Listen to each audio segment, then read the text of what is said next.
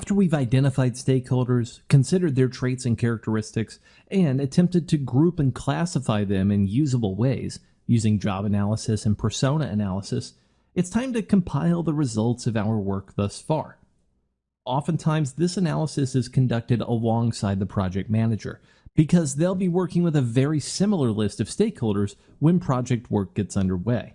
This is even more the case in adaptive environments, where analysis might really be concurrent with every phase of project management rather than predominantly occurring beforehand, as might be seen in a predictive environment.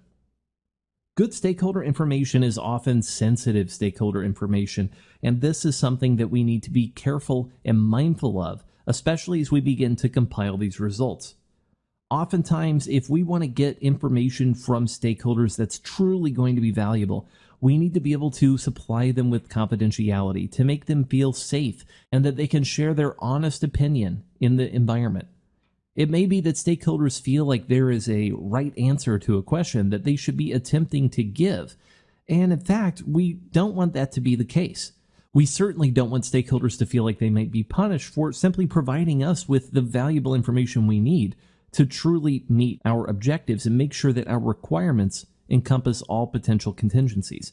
Just the same, we may take note of the attitudes of certain stakeholders toward the project or towards our work that can help us to guide that, but would not necessarily be well received if they were to come upon that. For example, if we perceive that there are certain stakeholders who are resistant to the project, if we made it clear or openly known that we thought so, that would simply lead to more resistance. Instead, we need to keep this information close. We need to use it for planning purposes, but make sure that it's not disseminated to people who don't need to know, who don't need access to it, and to those for whom that information would simply be inappropriate.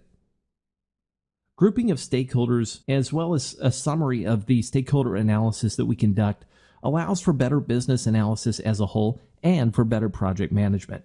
It gives the project manager a better idea of what stakeholder attitudes might be about the project and of how they're going to need to manage and control those stakeholder relationships over the course of project work.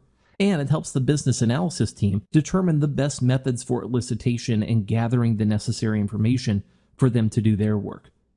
Elicitation formats, times, frequencies, level of formality, and more can all be influenced by stakeholder analysis. In some cases, we may determine it's best to have people all meet as a large group in a focus group setting, something that we can have that's very informal in nature.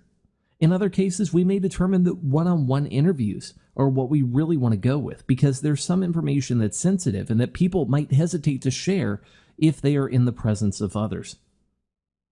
How will we know when we've done an effective job of analyzing our stakeholders?